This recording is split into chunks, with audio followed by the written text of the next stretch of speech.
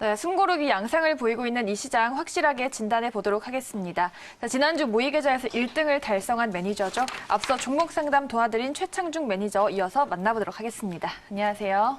네, 최창중입니다. 네, 지금 미국 증시가 5%까지 크게 상승 마감을 했는데 네. 우리 증시는 좀 양매도가 좀 쭉 이어지고 있어요. 저점이 도달하지 않았다는 신호인가요? 계속 얘기를 하거든요. 제가 너튜브에다가도 어제 저녁 늦게 그런 얘기를 했거든요. 그런 글을 써놨는데, 데드캣 바운스라고 혹시 아세요? 데드캣 바운스. 어떤 걸까요? 죽은 고양이가 네. 움직인다. 죽은 고양이가 움직일 수 있을까요? 없죠. 그게 이제 증권 용어로는 그런 얘기더라고요. 죽은 고양이가 바람에 흔들리거나 아니면은 뭔가 이렇게 충격을 받으면 움직일 수 있거든요. 네. 근데 고양이는 죽은 고양이에요. 그래서 급락을 맞은 다음에 이유 없이 주가가 급등을 했을 때 데드캣 바운스라는 얘기를 증권 용어로 이런 얘기가 하거든요. 네. 그래서 저는 아직 시장은 저점을 찍지 않았다는 얘기를 계속 강조를 했거든요. 그래서 오늘도 하고 싶은 얘기가 그거거든요. 네. 자, 화면 보시면은요.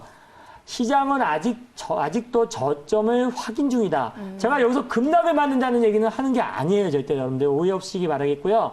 시장은 아직도 저점을 확인 중이다. 이유는 뭐냐? 첫 번째 이유는 코로나19 확진자가 지속적으로 증가되고 있는데 국내뿐이 아니고요. 한국, 그 다음에 일본, 그리고 중국, 그리고 이탈리아, 이란, 그리고 마지막에 이제 가장 충격을 많이 받을 나라는 미국입니다. 미국. 그렇기 때문에 아직 미국이 확진자 수가 어떻게 될지 아직 물음표가 찍히고 있다는 얘기예요. 그리고 두 번째 같은 경우는 오늘도 국내 주시장에서 외국인들이 코스피 3천억 원 매도했고요. 코스닥 시장에서는 어제 매수한 금액하고 그저께 매수한 금액을 넘는 2,200억 원을 매도했어요. 오늘도 매도했다는 얘기예요. 그리고 세 번째는 미국의 애플사가 스마트폰을 제조하고 아마 미국의 시가총액이 가장 높은 기업 중에 하나인데 1분기 매출액이라든지 실적이 안 좋다는 얘기를 2, 3주, 한 1주, 2주 전에 얘기가 나왔는데 오늘은 2분기도 매출과 생산량이 부진할 거라는 전망이 나왔어요. 그리고 네 번째는 원달러 환율이 조금 이제 제가 시장을 저점 확인한다는 얘기는 여기서 급락을 더 맞는다는 얘기를 하지 못하는 건 뭐냐면은 우리 원달러 환율이 1180원 저점 정도 형성을 하고 있고요. 그 다음에 고점은 1200원대를 쉽게 넘어가지 않고 있거든요. 지금도 아마 현재가는 1190, 요거 방송 시작하기 전에 자료인데 1195원 정도 지금 진행되고 있는 것 같아요. 1195원 정도. 그래서 시장은 저점을 확인하는데 하나하나씩 제가 코로나 확진자 수를 보면서 한번 또 설명을 드려볼게요. 네. 매일같이 500명 정도의 그런 확진자 수가 늘어나고 있어요. 그리고 검사 진행은 현재 국내 코로나 확진자 수가 4,800명이고 검사 진행하는 그런 숫자는 35,000건. 그리고 사망자 수는 28건인데 중요한 건 뭐냐면은 아직까지 언제 이게 지금 진정이 될 건지 그걸 모르겠다는 얘기예요. 저희 동네 같은 경우도 지금 3명 또 확진자 수가 늘었어요. 위험하네요. 네. 그래가지고, 밖에 안 나가거든요. 네. 사람들이 안 나가고, 오늘도 이마트 같은데 폐쇄가 됐고 막 이렇게 되거든요. 만약에 확진된 사람이 거기 갔다 그러면 무조건 폐쇄거든요. 그런 측면이 있기 때문에 좀 더 우리가 리스크 관리 차원에서 좀 이거를 심각하게 좀 받아들이고 그렇게 하시면 좋겠고, 그 다음에 미국 같은 경우는 지금 69명이거든요. 근데 미국은 69명인데 이란 같은 경우는 1,500명, 그리고 이탈리아가 2,000명 정도. 그런데 중요한 거는 국내와 다르게, 한국과 다르게 이탈리아라든지 아니면은 이란이라든지 미국이라든지 이런 쪽, 일본 같은 경우 네. 이 확진을 할 수 있는 그런 시스템이 우리나라보다 부족하다는 얘기예요. 그렇죠. 그러면 시간이 오래 갈 수밖에 없는 거예요, 이게. 그렇죠? 네. 그게 확진을 할 수 있는 시스템이 이게 부족하다는 얘기는 이게 확진자 수가 갑자기 기하급수적으로 늘 수밖에 없는 구조가 됐다는 얘기예요. 네. 그래서 저는 심각하게 보고 있는 거거든요. 근데 주식시장은 그거를 미국 주식시장을 알고 있는데 한국은 아직까지 조금 그런 것 같아요. 그래서 미국인들이 대한민국 주식을 막 외국인들이 팔고 있다는 거 이렇게 저는 설명을 드려보겠고요. 네. 그 다음에 오늘하고 24일부터 국내 주시장에서 기관과 외국인들, 특히 외국인들이 매도한 걸 보면은요, 제가 방송 끝나기 전에, 그 시장 끝나기 전에 자료를 준비한 건데, 지금 24일부터 매일같이 7천억, 8천억씩 팔았고, 오늘 장 끝나니까 3월 3일날 오늘 3천억 팔았어요. 코스피 시장에서. 그리고 코스닥 시장에서는 어제 1,200억 매수했고, 그저께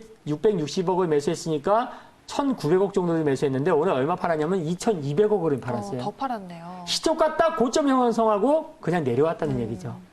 그러면 지금 리스크 관리를 해야 될 거야, 아닐까요? 해야죠.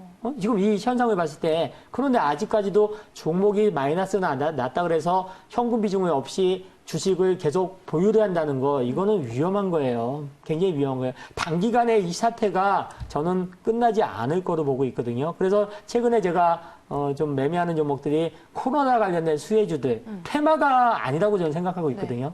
실질적으로 진단키트를 생산하고 또 거기에 따라서 수혜가 될 수 있는 기업은 얼마든지 있다고 볼 수가 있겠고요. 그래서 미국 시장의 차트를 한번 보고서 다시 한번 설명을 드려보겠습니다. 네.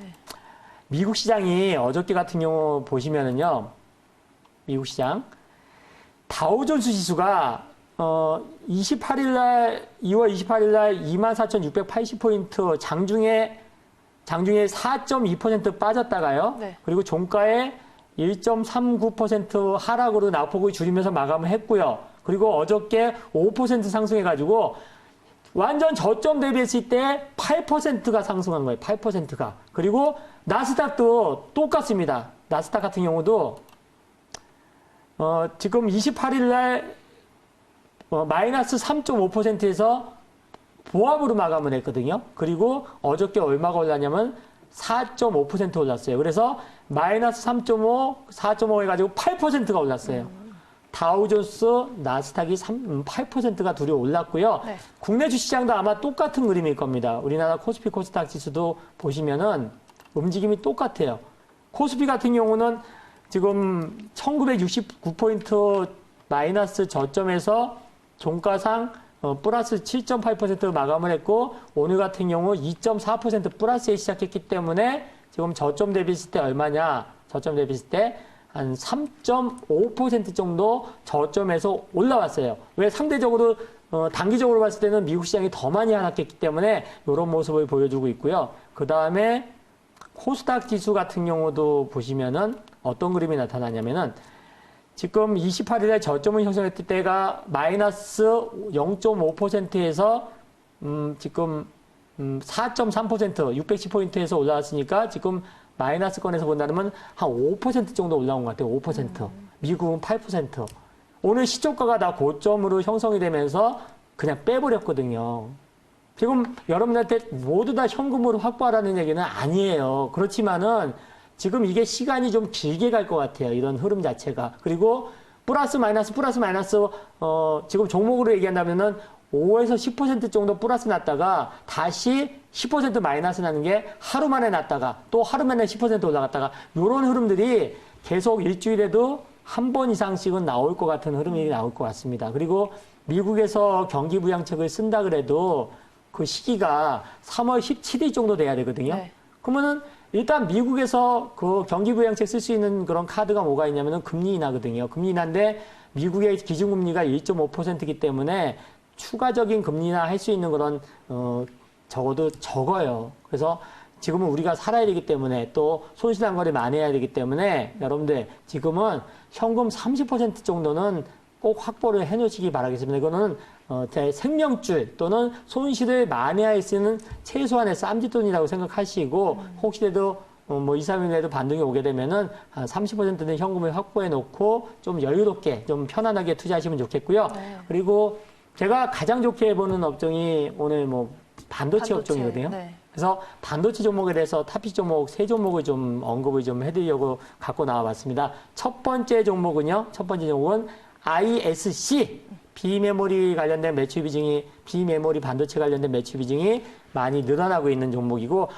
4분기 실적을 발표를 했는데 매출액은 전년 대비 2018년도 대비했을 때 2019년도 감소가 됐는데 영업이익이 급증을 했다고요. 그래서 내가 물어봤어요. 그랬더니 비메모리 쪽, 반도체 쪽으로 매출 비중이 늘어나고 있다. 그래서 앞으로 업황도 좋고 또 수익성도 좋고 그래서 ISC라는 종목을 좀 지켜보시면 되겠고요. 그다음에 PSK 반도체 장비 중에서 스트립 세계 1위 기업이고요. 그다음에 기업 분할을 했는데 다 이 종목들 뭐 PSK도 탐방 같은 기업이기 때문에 잘하는 기업인데 PSK 같은 경우 뭐 4분기 긍정적으로 나왔고 1분기도 좋고 좋을 것 같아요. 실적비. 그리고 2분기 같은 경우도 까지는 괜찮을 것 같아요. 그래서 PSK 그다음에 어제도 얘기했던 테스라라는 종목. 이 종목도 역시나 비메모리 반도체 관련된 그런 사업이 확대되는 종목이고 거기에다가 센서 관련된 그런 자회사 관련해서 시너지 효과를 발휘할 수 있다는 측면에서 긍정적으로 볼 수가 있겠습니다. 그래서 이런 종목들의 주가가 박스권에서 움직일 거예요. 뭐 ISC 같은 거 예를 들면은 한 12,000원 정도 내려오면은 사고 13,500원 올라가면 팔고 차트 한번 보면서 딱 설명을 드려볼게요. ISC. 그런 전략이 좋지 지금 무조건 들고 간다? 이거는 아닙니다. 진짜로 아닙니다. 제가 욕을 먹더라도 제가 할 말을 해야 되겠어요. 자, 이 저점이 12,000원. 제가 틀릴 수도 있습니다. 근데 제 판단은 그렇다. 이렇게 보시면 됩니다. 12,000원 정도 혹시 12,000원 이하 또는 11,500원 내려오면 매수. 그리고 13,500원부터 14,000원 올라오면 매도. 이렇게 대응을 하시면 돼요. 시장에서 가장 실적과 업황이 가장 강한 대장주 위주로 해가지고 매매하시면 돼요. 그 매매를 할 수 있는 그런 고점과 저점은 시장이 만들어주는 거거든요. 네. 예, 그런 식으로 대응을 하시고 마지막으로 계속 강조되지만은 현금 비중은 30%는 유지하자. 이렇게 정리를 해드리겠습니다. 네, 이렇게 오늘 반도체 유망주 세 종목이나 공개해 주셨습니다. 기대해 보도록 하겠고요. 오늘도 또 수익 극대화 전략 알려주십니까? 네, 오늘 지금 방송 끝나고 나서 4시 40분부터 방송창을 열어놓을 건데요. 좀 일찍 들어오신 분들은 종목 상담을 좀 해드리면서 할 거고요. 5시부터 오늘 할 얘기는 미국 시장이 뭐 지금 어쨌든 간에 어제 급등이 일어나가지고 뭐 오늘 시초가 올랐다가 지금 이제 안도의 한숨을 쉬신 분들 오늘 또 다시 우리나라 시장이 밀렸단 말이에요. 그래서 리스크 관리를 하는 방법에 대해서 자세히 설명을 드릴 테니까 많은 참여 부탁드리겠습니다. 네, 종목 상담에 더해서 리스크 관리 전략까지 모두 알아가세요.